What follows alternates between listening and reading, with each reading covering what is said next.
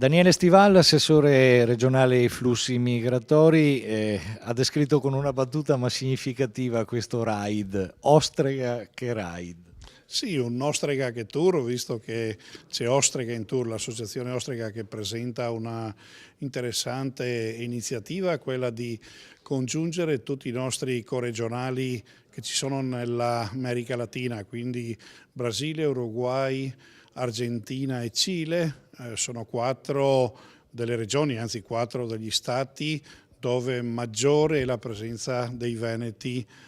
in quel territorio. Credo che sia, come l'anno scorso lo è stato per la Via della Seta e quindi dei tempi della Serenissima, ripercorrere i tempi di questi 150 anni della nostra emigrazione. L'America del Sud è un elemento importante per i veneti e quindi questa iniziativa che porta non solo un momento culturale ma anche e soprattutto un momento di